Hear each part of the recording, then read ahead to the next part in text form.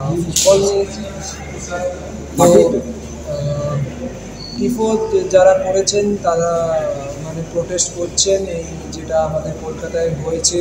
আর যাতে হচ্ছে আমাদের আমার মতে যে রাজ্য সেফ থাকুক, দেশের মহিলারা সেফ থাকুক, এটাই আমার লক্ষ্য এবং তারা প্রোটেস্ট করছে সেই কারণে। আর যারা হচ্ছে গিয়ে এই খারাপ কাজটি করেছে তারা শাস্তি পাক, কঠিন শাস্তি এখন পাক, যাতে সেকেন্ড টাইম কেউ ভাবতে না পারে। আর উমেন্সদের জন্য আরও সেফটি বাড়ানো হোক দেশেতে, আরও হচ্ছে কঠিন রুল আনা হোক। টিম মানে খুব ভালো ক্যারেক্টার শো করেছে, আর এটাই আমাদের ক্যারেক্টার যে টিমের, যে আমরা পরে ফিরেও আসতে পারি। আর ফিরে এসে সবাই মিলে দীপেন্দুকে নামিয়েছে, অসাধারণ খেলেছে এবং এভরি প্লেয়ার খুব ভালো খেলেছে। আর অ্যাজ এ টিম আমরা জিতেছি।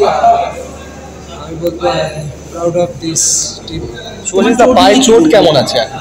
চোট এখন দেখছে ডাক্তার, কাল পরশু আরও দেখবে কীরকম সিচুয়েশন থাকে সেই অনুযায়ী হয়ে যাবে। লাস্ট কয়েক বছর দেখা যাচ্ছে মোহনবাগান যে ট্রফি খেলছে সেই ট্রফি ফাইনাল অ্যাটলিস্ট পৌঁছেছে, তো এক্ষেত্রে আরও একটা ফাইনাল কী লক্ষ্য থাকবে? অবভিয়াসলি মোহনবাগান ট্রফি ছাড়া মূল্য নেই না। মোহনবাগান নামের পেছনে এত ট্রফি জিতেছে, তো মোহনবাগান মানে ট্রফি জিততে হবে। আর ফ্যান্সদের আশা আমরা পূরণ করার ট্রাই করবো এবং আমরা খেলি ট্রফির জন্য, তো সবাই ট্রফি জিততে চায়। তো আমাদের টিমের সব কজন এখন ফোকাস থাকবে এবং ফাইনাল জিতে এখান থেকে ডুরান্ড কাপ আবার একবারের মতো জিততে চাই। শুভাশিস দা, বারে বারে বিশাল কায়েত গ্লাভস হাতে নায়ক উঠছে মোহনবাগানের, এই বিষয়ে তুমি কি বলবে? খুব অনেকদিন কাছ থেকে দেখেছো বিশালকে, একসাথে বহু ম্যাচ খেলেছো।